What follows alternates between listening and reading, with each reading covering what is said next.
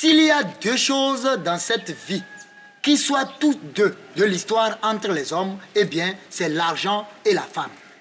Sans ces deux, la vie aurait perdu de toute sa saveur. On dit chez moi, Kabakabacha azolié, Bleucha azolié. Aller doucement n'empêche pas d'arriver à destination. Tanessi, un vieux bûcheron, et Awa travaillait dur pour survivre. Tanessi, tous les matins, part dans la forêt, chercher deux fagots de bois. L'un était vendu sur la place du marché et l'autre gardé pour cuisiner leur repas. Tous deux vivaient ainsi dans leur pauvreté sans pouvoir attendre de l'aide de quelqu'un. Ils passaient leur journée à prier et à se contenter du peu que la nature pouvait leur offrir sans jamais se plaindre de leur sort. Un jour où le vieux Tanessi, le bûcheron, allait encore dans la forêt tout en pensant à comment il pouvait transformer tous les malheurs de ce monde en bonheur s'il en avait bien sûr les moyens, il croise un homme. Un homme étrange, un homme rabougri, un homme poilu, un homme qui sentait mauvais et tout couvert de plaies.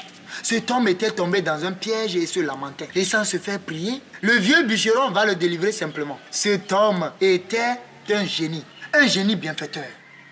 Et tout content de retrouver la liberté de ses mouvements, il s'approche du vieux bûcheron et lui dit: mon cher ami, tu m'as sauvé la vie. À moi, je te sauverai de ta misère, de cette misère dans laquelle tu végètes avec ta femme depuis des années. Regarde dans ma main droite, il y a plusieurs trésors. La patience, la longévité, la fécondité et l'argent. Mon ami, l'argent. Choisis un seul trésor et rentre chez toi. Conscient qu'une telle opportunité ne se présenterait pas deux fois, le pauvre bûcheron demande la permission au génie d'aller prendre conseil auprès de sa femme. Et ce dernier accepte. Arrivé à la maison, la femme lui propose de choisir l'argent. L'argent. Hé, mon chéri, je te dis qu'avec l'argent, on peut tout acheter. On peut acheter bijoux, on peut acheter pâtes, on peut acheter maison, on peut acheter voiture, on peut tout acheter, mon chéri, s'il te plaît. Si tu m'aimes vraiment comme tu le dis là, mon chéri, mon doudou, mon miel adoré, il faut choisir l'argent. Avec l'argent, on peut tout acheter, mais jamais la santé et le bonheur. Et le pauvre bûcheron en était conscient et très peu convaincu de la proposition de sa femme. Il va voir son meilleur ami. Hé, mon ami, la seule richesse qui soit dans ce monde-là, c'est la progéniture. Hein? Les enfants passent avant tout. Alors, mon ami, choisis la fécondité. Si tu choisis la fécondité, tu auras beaucoup d'enfants. Et ces beaucoup d'enfants te sortiront de la misère dans laquelle tu végètes. Alors, mon ami, fécondité. Allez, fécondité. Et choisis la fécondité. Fécondité. Choisis la fécondité.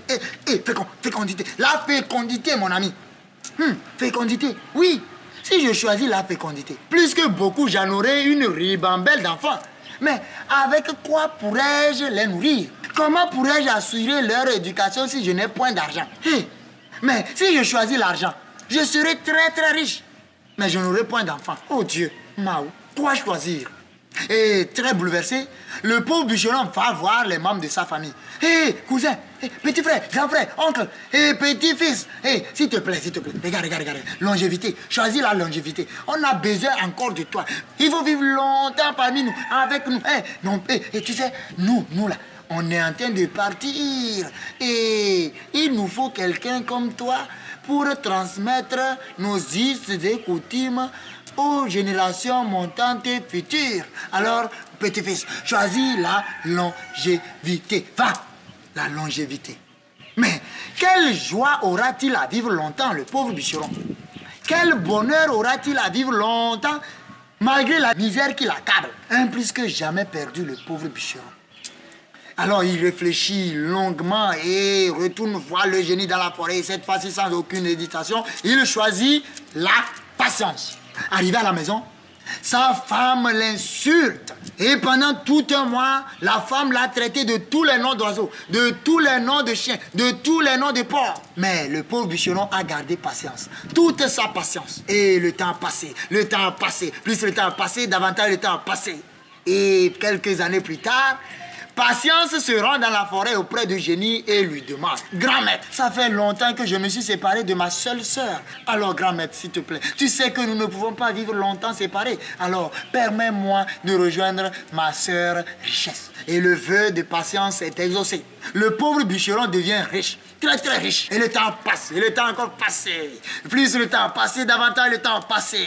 Et quelques années encore plus tard, Richesse va voir le génie, le grand maître dans la forêt et lui demande sa seule et unique sœur, la fécondité. Hé, grand maître, s'il te plaît, tu sais que je ne peux pas vivre longtemps séparé de ma seule sœur, la fécondité. Alors, s'il te plaît, génie, grand maître, permets-moi de rejoindre la fécondité, ma sœur. Et le vœu de Richesse est exaucé. Et malgré l'âge avancé de la femme de bûcheron, Awa tombe enceinte. Et au bout de 9 mois, elle accouche une demi-douzaine de jumeaux. Et le temps passé, le temps encore passé. Plus le temps passé, davantage le temps encore passé.